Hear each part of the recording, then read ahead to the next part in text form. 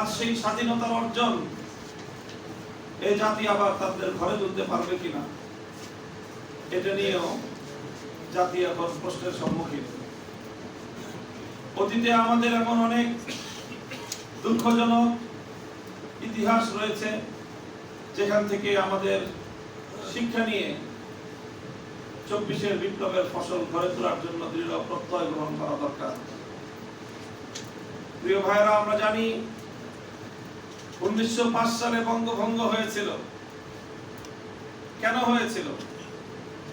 এই পূর্ববঙ্গের মুসলমানরা ইসলামী মুসলিম জাতিসত্তার বিকাশের লক্ষ্যে কলকাতার আধিপত্যকে খর্ব করে ঢাকাকে কেন্দ্র করে এই পূর্ব বাংলার উত্থান ঘটানোর লক্ষ্যে বঙ্গভঙ্গ করেছিল।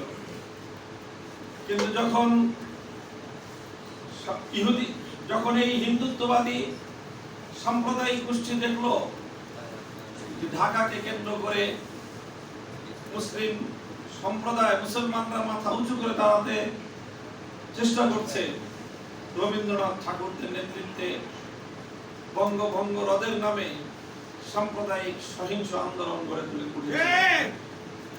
এবং সেই সাম্প্রদায়িক সহিংস আন্দোলনে সহিংসতার মধ্য দিয়ে এই দেশ এবং জাতি গঠন করার জন্য দেশটাকে বিভক্ত করে।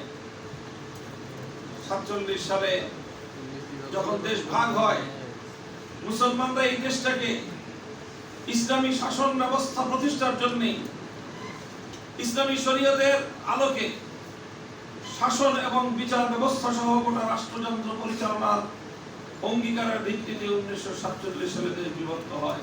মুজিবুর রহমান সাহেব তিনি পূর্ণ যুদ্ধকালীন সময়টায় পশ্চিম পাকিস্তানে বন্দী ছিলেন। যুদ্ধ পরবর্তী সময়ে তিনি পাকিস্তান থেকে মুক্ত হয়ে গেলেন লন্ডনে। বাংলার মানুষ আশা করেছিল সদ্য স্বাধীন নবজাতক এই রাষ্ট্রে তাদের নেতা লন্ডন থেকে সর্বপ্রথম জাতির কাছে ফিরবেন। কিন্তু দেশের মানুষ হতাশ হলো। শেখ মুজিবুর রহমান সাহেবকে বহনকারী বিমান বাংলার রাজধানী ঢাকায় অবতরণ করেনি, প্রথম অবতরণ করলো ভারতের নয়াদিল্লিতে। তিনি বাংলার মানুষের কাছে আসলেন না, প্রথম গেলেন ভারতের প্রধানমন্ত্রী শ্রীমতী ইন্দিরা গান্ধীর কাছে কুর্নিশ করার জন্য। তিনি সেখানে হাজিরা দিলেন। সেখান থেকে আসার সময় ইন্দিরা গান্ধী যুদ্ধের মহান শহীদদের আত্মত্যাগের বিনিময়ে অর্জিত স্বাধীন বাংলার মাটিকে ভারত মাতার চরণতলে বলি দেওয়া হয়।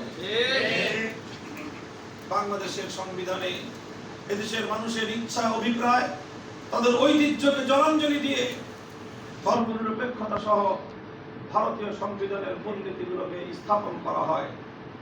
অথচ 1947 সাল থেকে 71 সাল পর্যন্ত কখনোই বাংলাদেশের মানুষ ধর্মনিরপেক্ষতার কথা শুনেনি। 1952 ভাষা আন্দোলনের সময় ধর্মনিরপেক্ষতা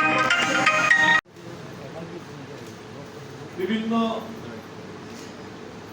চাটুকার মিডিয়ার ভাষায় লেডি আয়রন লেডি হিসেবে খ্যাত শেখ হাসিনাকে ইতিহাসের রাস্তা করে নিক্ষেপ করা হয়েছে।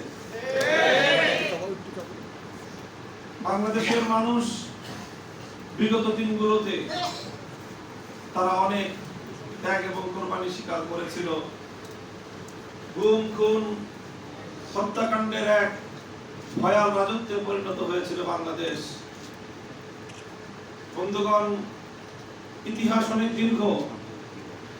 বাংলাদেশের মানুষ 2024 সালের 5ই আগস্ট হাজারো প্রাণের বিনিময়ে,